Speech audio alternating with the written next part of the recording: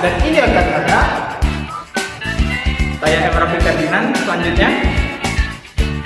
Saya Rian Saputra,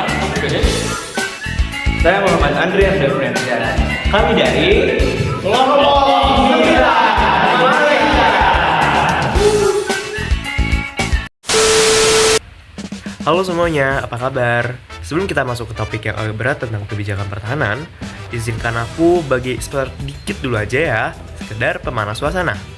Jadi, nanti kita akan mulai dari pembahasan tentang ASEAN secara general. Kita lihat, kenapa organisasi ini penting banget buat stabilitas kawasan, gimana kerjasamanya terbentuk, dan apa saja dinamika keamanan yang terjadi di negara-negara wilayah Asia Tenggara. Setelah mengerti gambaran besarnya, baru kita bakalan fokus ke negara utama yang akan kita bahas, yaitu negara Malaysia. Di bagian ini, kita akan melihat bagaimana Malaysia menyusun kebijakan pertahanannya, dan strategi apa sih yang mereka pilih dalam berinteraksi di lingkungan regional. Apakah mereka cenderung balancing, ikut arus seperti bandwagoning, atau main aman dengan strategi hedging? Dan pastinya, kita juga akan kupas tentang tantangan terbesar yang sedang dihadapi Malaysia dalam bidang pertahanan. Mulai dari isu geopolitik, ancaman eksternal, sampai kemampuan militernya itu sendiri. Nah, itu baru sedikit bocoran. Pembahasan lengkapnya bakal lebih detail, lebih kritis, dan pastinya lebih seru. Yuk kita mulai, selamat menonton!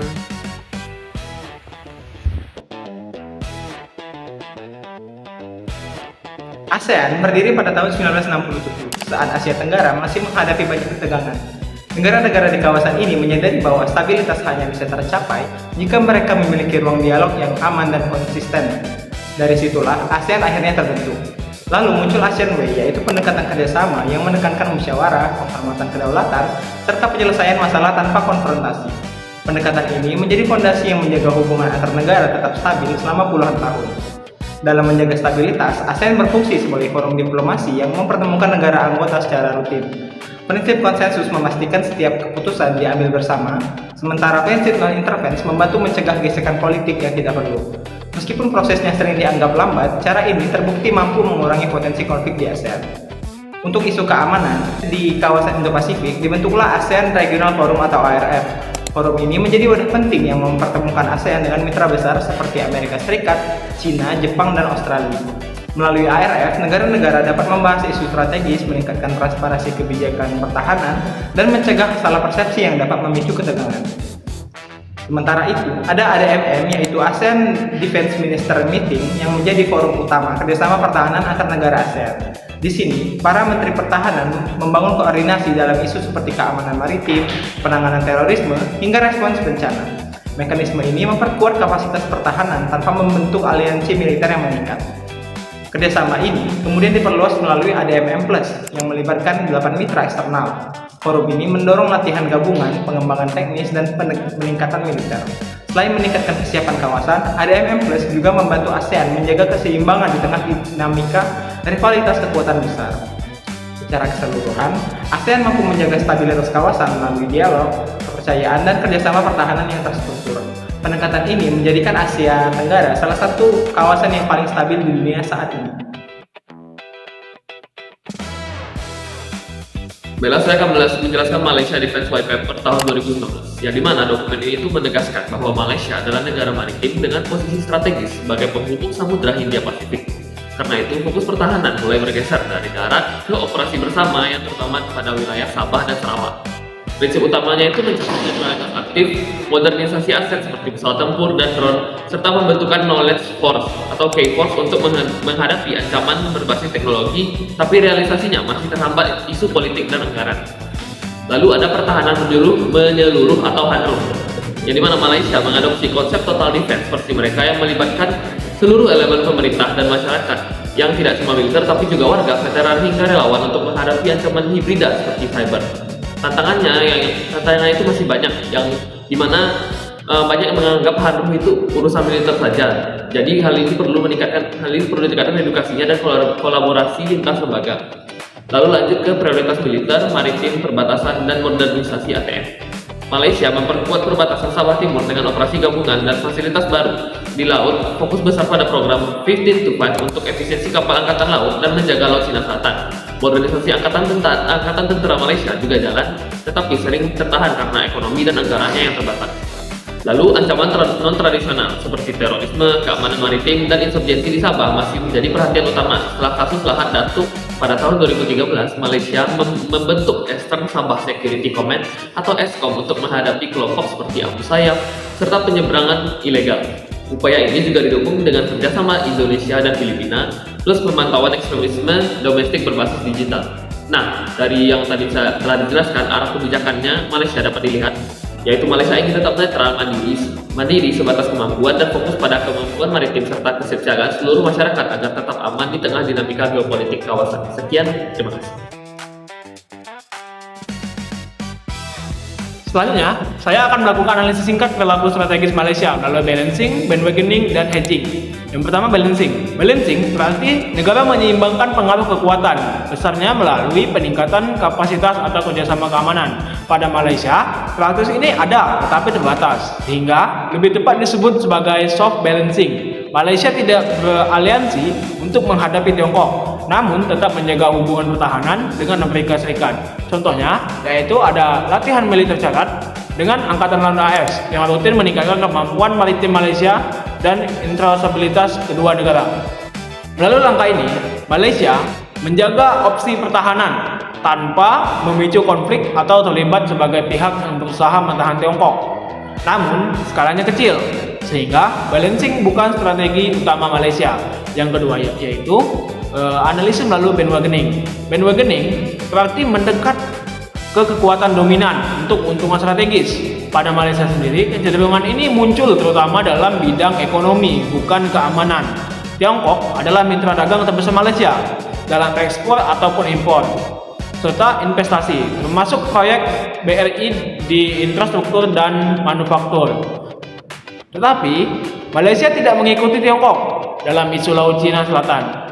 Pemerintah tetap menegaskan komitmen pada UNCLOS dan diplomasi multilateral. Artinya, bandwagoning Malaysia bersifat parsial, terbatas pada ekonomi. Terakhir yaitu adalah hedging.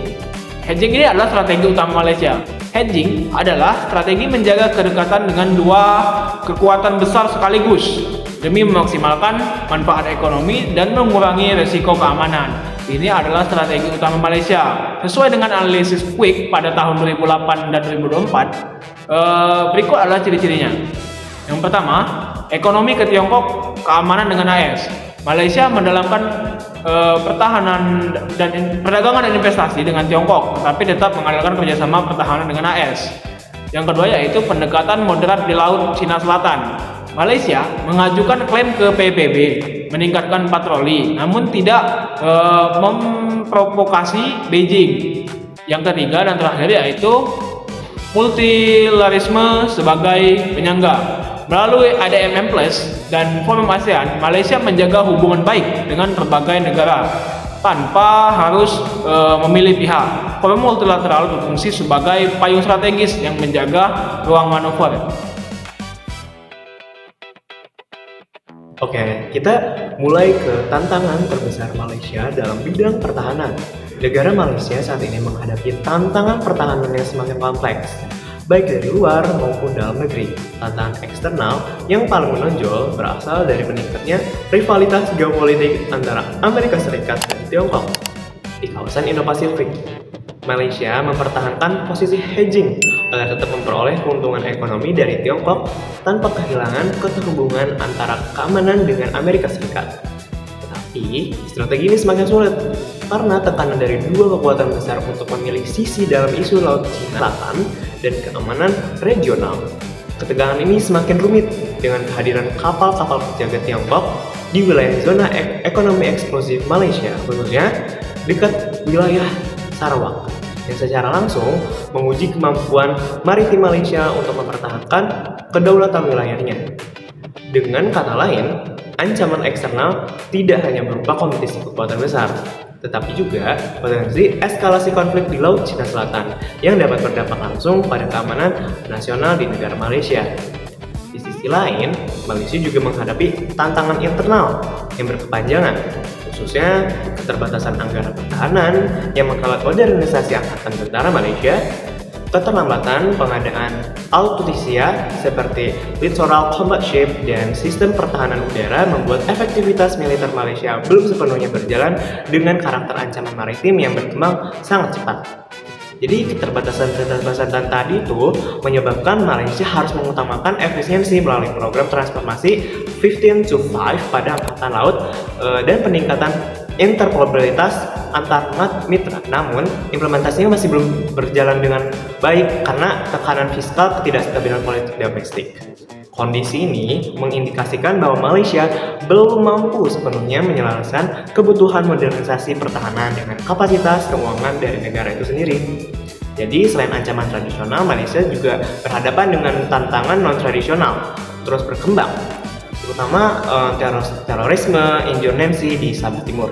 Insiden Lahad Datu tahun 2013 menjadi titik baik ketika Malaysia menyadari keterentanan wilayah pesisir terhadap invasi militan dan kriminalitas negara. Pembentukan Eastern Sabah Security Command atau SKOM mampu meningkatkan pertahanan wilayah. Tetapi hingga saat ini aktivitas penyelundupan, perampokan, dan ancaman dari kelompok ekstremis seperti Abu Shawab masih terjadi secara fluktuatif. Tantangan non-tradisional ini membebani aparat keamanan karena memerlukan peningkatan koordinasi lintas lembaga domestik dan kerjasama internasional yang berkelanjutan, terutama dengan Filipina dan Indonesia. Dengan demikian, tantangan terbesar Malaysia bukan hanya satu, tetapi kombinasi risiko eksternal dan internal yang saling mempengaruhi. Rivalitas AS Tiongkok dan sengketa Laut Cina Selatan menuntut Malaysia mempertahankan strategi hedging secara hati-hati, sementara keterbatasan anggaran dan modernisasi alutsista membatasi kemampuan militer merespon ancaman tersebut secara optimal. Jadi pada saat yang sama, ancaman non-tradisional di Sabah memaksa Malaysia membagi fokus dan sumber daya keamanan. Keberhasilan Malaysia menjaga stabilitas pertahanan ke depan akan sangat bergantung kepada konsistensi implementasi modernisasi militer, peningkatan kapasitas maritim, serta kemampuan Malaysia menjaga keseimbangan diplomasi di tengah dinamika geopolitik kawasan.